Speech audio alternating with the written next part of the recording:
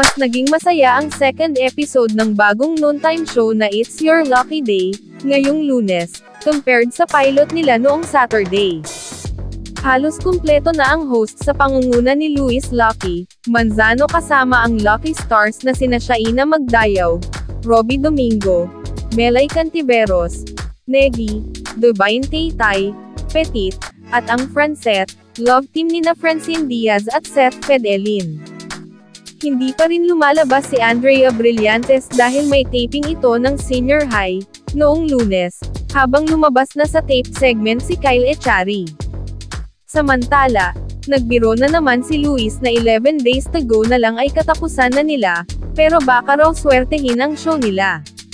Malay natin, 11 days tayo sa time slot na to, say ni Luis.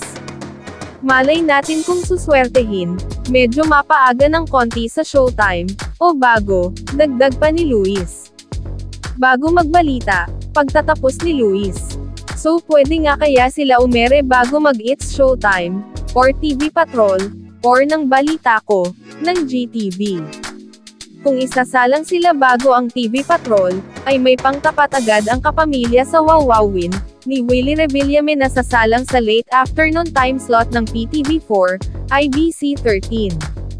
Sa dami ng mga nag-enjoy at positive comments sa pilot episode nila, ay malaki nga ang chance na ma-extend nga ito. Naku kung sakaling ma-extend nga ang show nila ay tunay ngang lucky ang It's Your Lucky Day.